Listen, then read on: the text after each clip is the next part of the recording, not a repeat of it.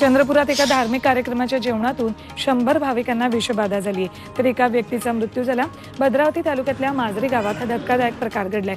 रात्री जवळपास 150 भाविकांनी जेवण केलं, त्यानंतर त्यांना उशिरा मळमळ आणि उलटीचा त्रास जाणवू लागला। एअर इंडियाची मुंबई नागपूर फ्लाईट तब्बल 3 तास रखडली होती।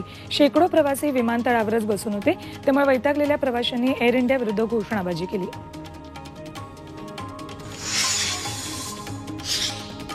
करवीर निवासिनी अंबाबाई देवीचं दर्शन आज आणि उद्या 2 दिवस बंद राहणार आहे। या काळात पुरातत्व विभागाच्या वतीनं देवीच्या मूर्तीवर संवर्धन प्रक्रिया केली जाईल।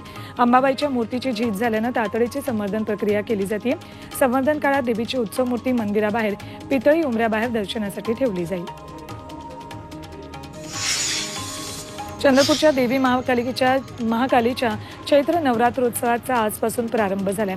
घटस्थापना आणि महाआरतीसाठी हजारों देवी। अमृत नोनी आर्थो प्लस, ये एक प्रूवन फॉर्मूला है। इसमें मौजूद नोनी फल के गुण और आयुर्वेदिक जड़ी बूटियां शरीर को जरूरी पोषक तत्व देने के साथ साथ हड्डियों और जोड़ों के घिसने, उनमें होने वाले सूजन और दर्द को रोकने में मदद करता है। दर्द मुक्त जीवन के लिए अमृत नोनी आर्थो प्लस।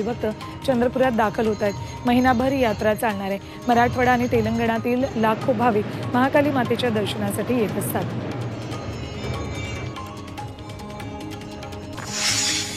भंडाऱ्यातील लाखनीमध्ये भरधाव ट्रकनं दुचाकीला जोरदार धडक दिली।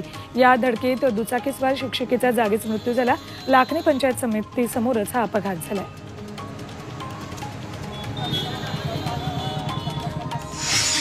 सांगलीच्या बामणोलीत सुगंधी तंबाखू आणि गुटखा कारखान्याचा पर्दाफाश केलाय। कुपवाड एमआयडीसी पोलिसांनी साहित्य आणि साठ्यासह 20 लाखांचा मुद्देमाल जप्त केलाय। एका पत्र्याच्या शेडमध्ये अवैधरित्या सुगंधी तंबाखू आणि गुटखा बनवण्याचं काम सुरू होतं। या प्रकरणी 7 परप्रांतीय कामगारांना अटक केली आहे।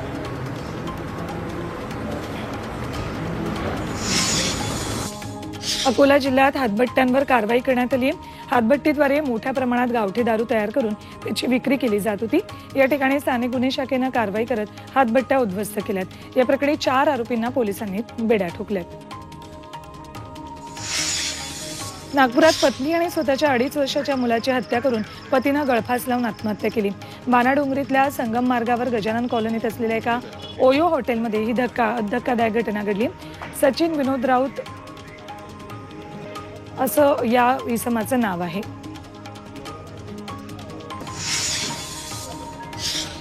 डोंबिवलीत घरगुती गॅस सिलेंडरमधून गॅस चोरी करणाऱ्या टोळीला अटक करण्यात आली। मानपाडा पोलिसांनी ही कारवाई केली आहे।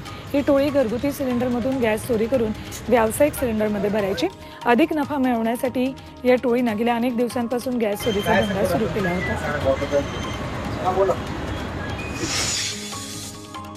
पिंपरी चिंचवडच्या पिंपळे गुरामध्ये स्पा सेंटरच्या नावे देह विक्री सुरू असल्याचं उघड झालं। पोलिसांनी या स्पा सेंटरवर छापा टाकत पर्दाफाश केला। कारवाईत एका आरोपीला अटक करून 2 महिलांची सुटकाही केली। पिंपरी चिंचवडमध्ये लहान मुलं पळवणाऱ्या टोळीला पोलिसांनी जेरबंद केलं। जगताप डेअरी परिसरात काही महिला एका मुलाला विक्रीसाठी आणणार असल्याची माहिती पोलिसांना मिळाली। सापळा रचून 6 महिलांना अटक केली। या टोळीने आतापर्यंत 5 बालकांची तस्करी केल्याचं उघड झालं।